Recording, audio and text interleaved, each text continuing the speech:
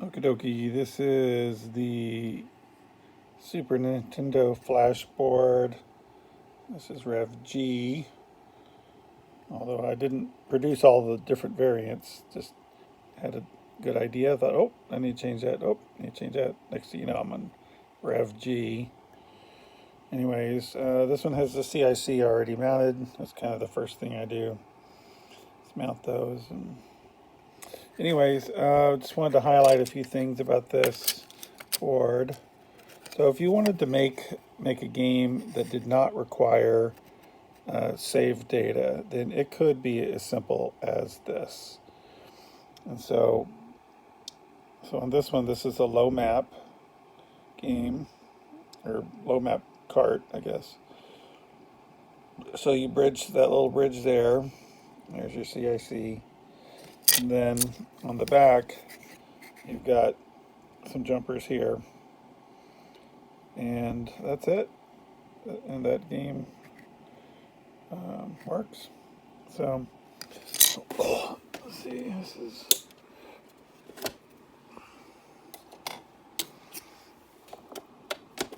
That was the one that just...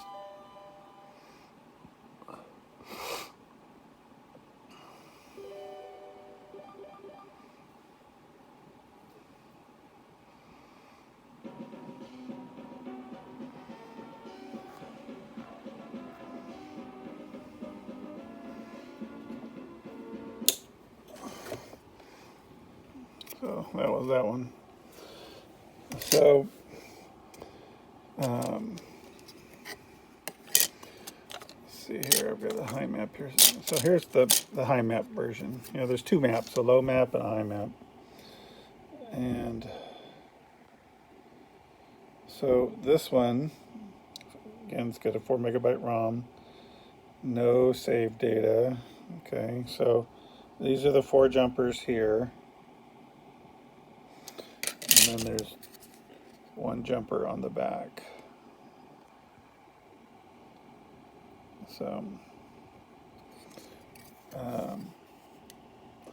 So, you know, it doesn't really take a lot of parts to make a game that doesn't save. The majority of the parts is for save data. So, anyways, I use Donkey Kong 3 as my kind of my test board because it'll give me errors pretty quickly if there's something wrong. So here's basically the same game, same cart, except I've got the MUX on it. Let's see here if I can zoom in on that. Oh, I can't see it. All right, well,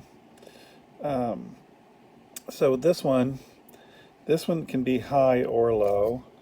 So the only jumper on it is the one on the back right there. And so, and also if you notice that for this, this one's got a kind of a solder bridge on those 2 pins there, pins 5 and 6. And so the reason why we do that is because the low map decoder U5 generates the ROM enable and SRAM enable signals. And so I bridge those 2 pins because we don't have U5 mounted. Anyways, so that's, but with this one chip here, and again, nothing saves because all this area here is for save, you know, battery retention and SRAM.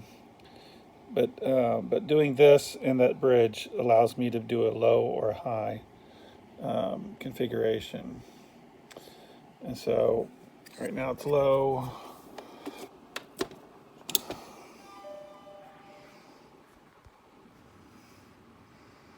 So same game. But you know, I can flip this switch to high map and then reprogram it with, you know, some high map game. It'll work fine too. So, this is going to be one of the variants again. It doesn't save, and I want it switchable, so I have to bridge that part there. Those two legs, and then no, this one has two 1 megabyte ROMs. Let's see if I can zoom. Yeah, 29F080s. So there's two of them to make 2 megabytes. So this does use the little decoder, and the only bridge on the back is this, whatever that is. That sets up the decoder to decode A20, to be the switch signal. So, oh, did I plug that in? So, yeah. So anyways, so like this cart, for example, this is set up for, data retention. So all these parts here, and then these are the decoders, high map and low map. So you need, you need those parts to decode when the SRAM talks and when the ROM talks.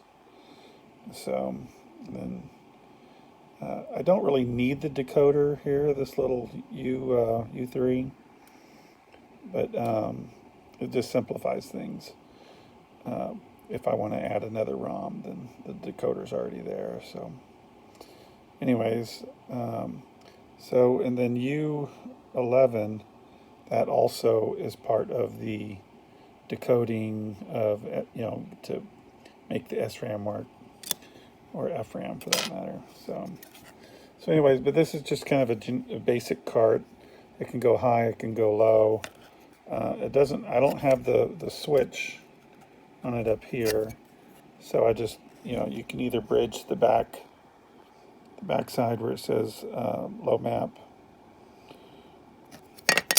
for low map. The default is high map. So if you do nothing, then it's high map. So this is probably Donkey Kong as well. Yep. So I say all this because, like, if you're going to build, with me, I get the bare boards and I just build what I need. And so, if I have a 2 megabit game, 2 megabit game, no, megabyte, sorry, then I'll just put a 2 megabit ROM on there. So this is the low map, but that chip does not have that part bridged, because the low map decoder, I mounted it, and it produces the ROM enable signal. So anyways, if I didn't mount that chip on the top, then I would have to bridge those two little pins.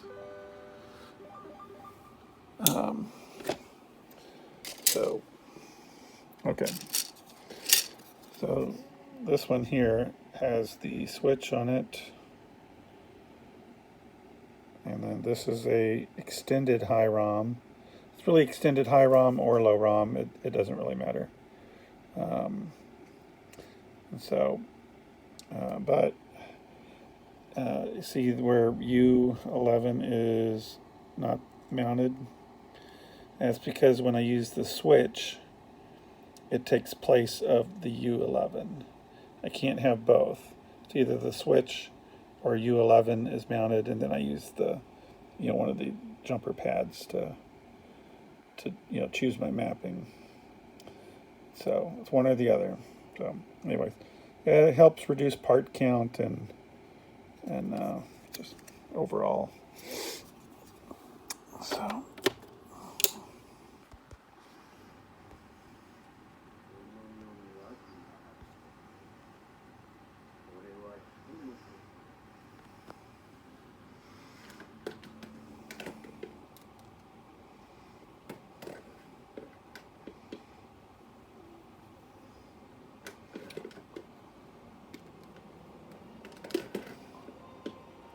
Tales of Fantasia. Boy, when this first got translated, everybody wanted one of these.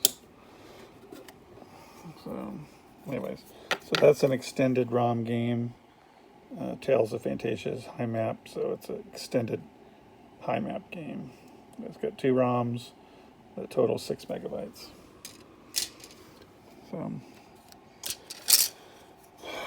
So this is essentially the same thing, except this is 2 4 megabyte ROMs, so it's a total of 8.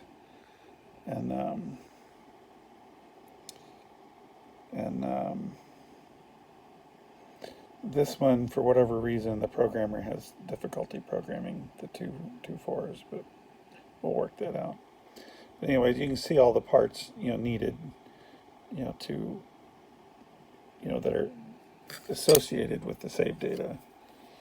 I mean, you got the RAM, got all these resistors. The switch takes care of U11.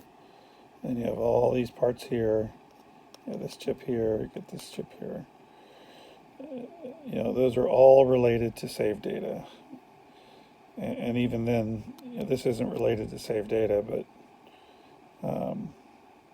you could certainly do without it and just do some jumpers. But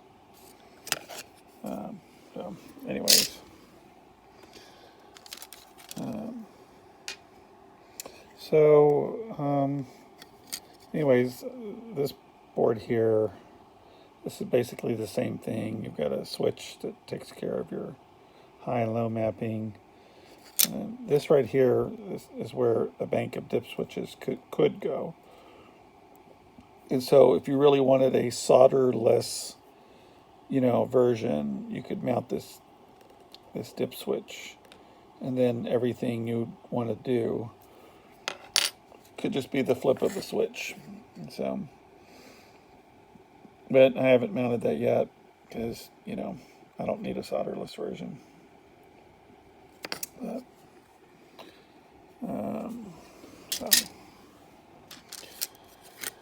okay, so this one is the FRAM version. This is where the memory chip doesn't need all that support hardware. So this version here, I've got these R16 and R17. Those are just 0 ohm jumpers. You could easily just put a solder glob across them too. And so, and again, I mean, I have both decoders on here, low and high,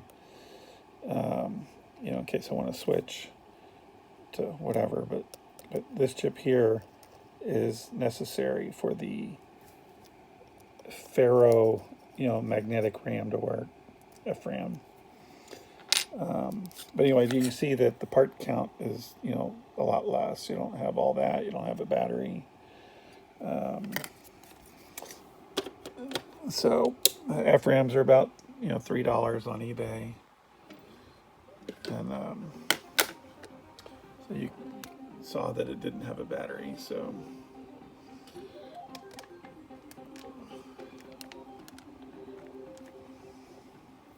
I think I played this one.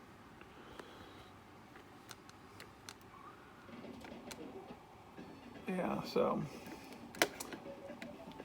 the FRAMs are pretty handy. So this board, I wanted it to be as versatile as possible. I think this is just a regular build. And then, it's got the battery holder. All right, so this is, again, another version. This has the FRAM, and this is 4 megabytes total. So you got 2 plus 2, through the decoder. Decodes these two. So, and then FRAM.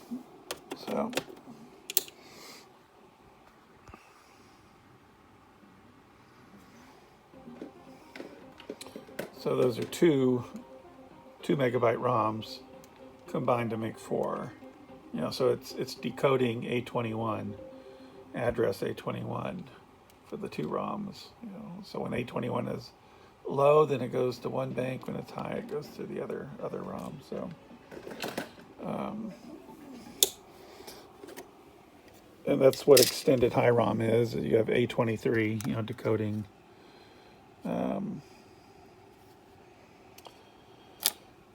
Decoding. So, anyways, this is just another, you know, similar build where I don't have the toggle switch, so it's got the chip instead, U11, to manage the RAM enable line. So, all right, and then this is just more of the same, except it's got the switch. So this is just SRAM. So this needs, you know, all those little parts, you know, underneath. I put tape over it just so the battery doesn't short circuit on something and, you know, drain. Normally I don't put batteries in them, you know, when I build something until I'm ready for it to go. So this one also, one feature of this board is you have the option of a double battery. So you got the battery here, and you got a battery here. So, you know, instead of your battery life being 15 to 20 years, now it's going to be probably close to 30 to 40 years of retention. Just basically doubled, you know, the amperage. So, and then this one here, I think I mentioned on a previous video that there are some SNES games that can use 512. I mean, the vast 99% of all standard SNES games use either 64 or 256K SRAMs, or 16K for that matter.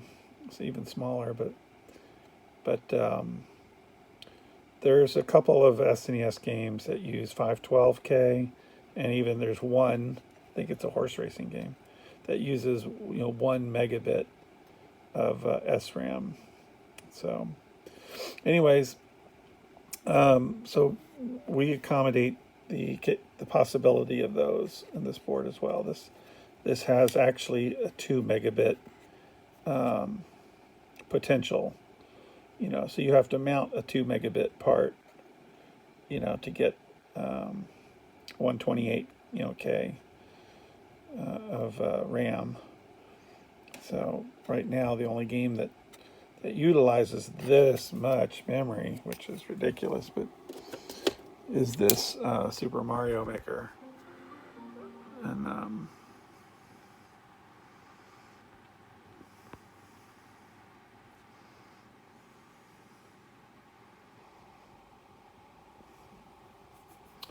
so anyways, and this is where you can go in and make your own, you know, make your own levels essentially. You got all these, you know, different options and possibilities, and so you can see where I just threw a bunch of blocks there, you know, just to give a quick example, right there at the startup.